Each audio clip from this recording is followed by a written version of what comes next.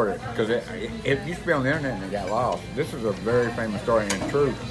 So, my mom passed away and I was contesting her will.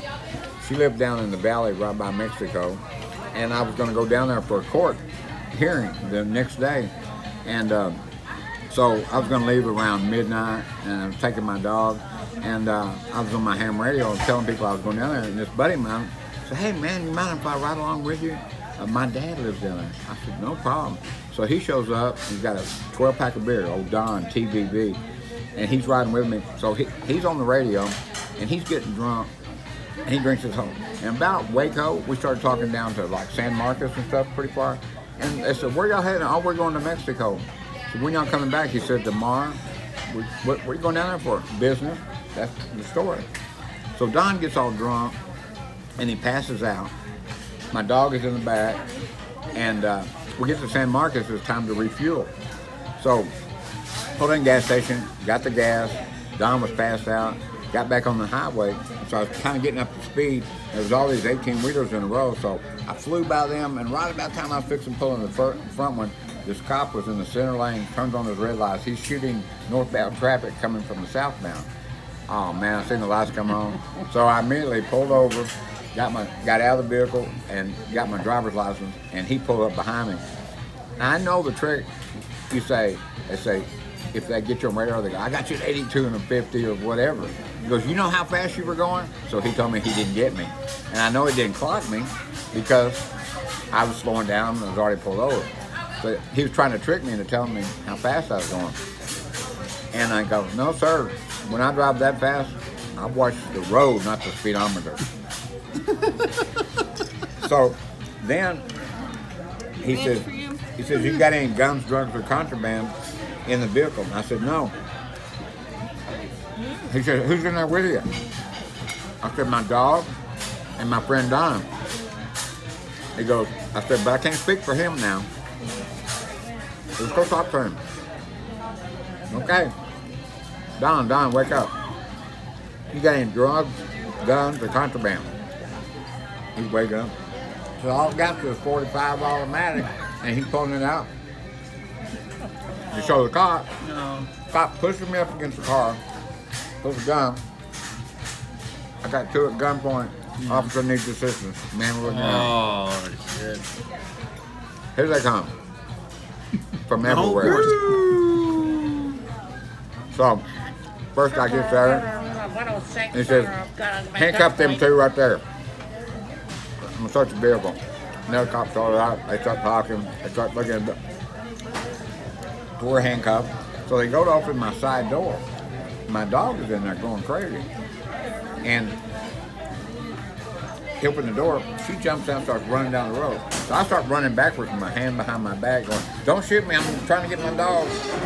And Don was drunk standing there, like that. So I chase my dog. I'm trying to catch her. I'm having trouble catching her. So then they bring a canine from another car, and they're coming up there to search my van. She sees that, starts heading for that dog. And so I literally jumped in front of her and stopped her right before she got a hold of that dog. They had their guns out. I was fixing to shoot her. And I grabbed her, and I'm handcuffed. I'm trying to hold her. And especially with, behind my back, I'm trying to hold on to her and get her behind me and so they don't shoot her. And I'm lucky they didn't shoot her. And that cop started telling me that was assault on a police officer because the dog is an officer. Oh. And I would be charged with that because I had control of the dog. And so he goes, "You get over there." So the drug dog is acting weird because of my dog. And you're not acting right, and he's getting all pissed off. So he said, "Come here. I want to know how come my dog is alerted on your vehicle." I said, "Man, I didn't go to the school. You and the dog went to the school. Why are you asking me?" Coke dealer. "I want to know." Guy. He says, "I want to know." I said, "Just food, and maybe you need to get your dog laid and feed it a little more often. I don't know." He said, we're bringing another dog out here, and he's mad because the other guy says, my dog would do it." So he goes, "I want you to get in that police car over there, sit there with your dog, and don't affect." He goes, "Why you got that dog with you anyway?" "It's my dog." I said, "Why is that a big deal?" And he goes, "A lot of people bring the dog along to mess with the dog." I said, I ain't that smart. And it was a black van, blacked out windows, you know. And I said, if I was trying to pull something, I said, I'd have a station wagon and a wife and a couple of kids. And I said, what's this all about anyway? He goes, we get a lot of drug dealers coming through here. I said, you think I'm smuggling drugs into Mexico? Yeah, exactly. Because I didn't understand, you know. And he says, no. He said, the money has like cocaine residue in there, and that's why the dog can pick up on it. I go, I'll write checks for all mine.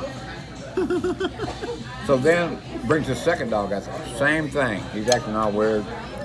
They couldn't find nothing. Finally, after an hour and a half, there's like 13 cops out there. He said, all right, we're going to go ahead and I'm going to search the van one more time. If we don't find anything, I've checked here, I don't have one.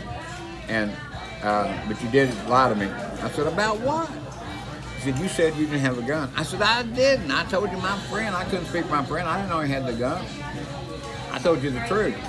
And he said, well, let me teach you something. And I'll never forget this. He said, you may beat the rap, but you might not beat the ride. And I got that. I really know what he meant. You know, they could take us in and all that. And I said, but come on, man, you didn't track me on speeding. I think he has the right to have the gun. He's not a convicted felon, whatever. I'm not an attorney or anything. There's no hard feelings. I said, we're coming back through tomorrow if you want to take another shot. Just joking around. So I go down to the court, did my thing, took a nap at my friend's house, and then we were heading out. And the guy that I was in litigation with was my stepfather, and he's a cop down there. So, and we made a deal. He was going to give me this. My mom and me talked about this roll-top desk that I wanted as a remembrance of her. He didn't know that.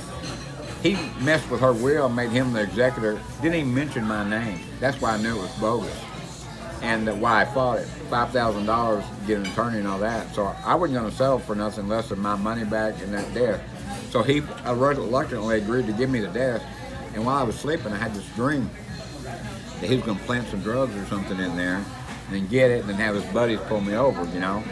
And so I called the cops and told them to meet me over there to witness it. Well, he had some cops there for the same reason.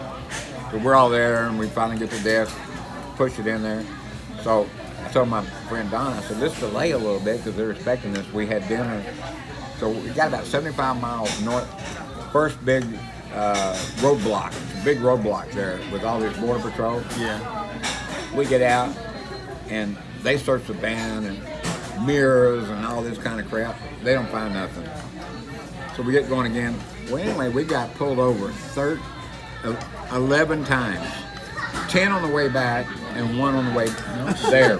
Jeez, that's gotta be They a record. put out an APB on that van. They were looking for it. Yeah. And then all them little towns, they'd see it and they'd do a felony stop on it.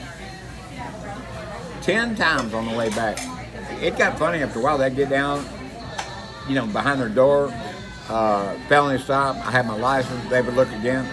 Finally, about the 10th time, I told them, I said, man, why don't you call ahead and tell your buddies, you know, not even to mess with us. So they did. And within 24 hours, we got pulled over 11 times total. That's got to be a record. We still made it, and didn't get my inspection was out, had a headlight out, we were speeding, had a gun, and no insurance. They didn't check any of that stuff. Didn't even get a ticket. And within 24 hours, we made it down there and back. 11 stops. They were so concentrated on what they thought. On that, right? And really. And we looked suspicious. I had long hair, black tinted van and all that. Right but 11 times we got pulled over. He did look suspicious back in his day. Absolutely. Still looks suspicious. Still, but especially then. But that's a true story.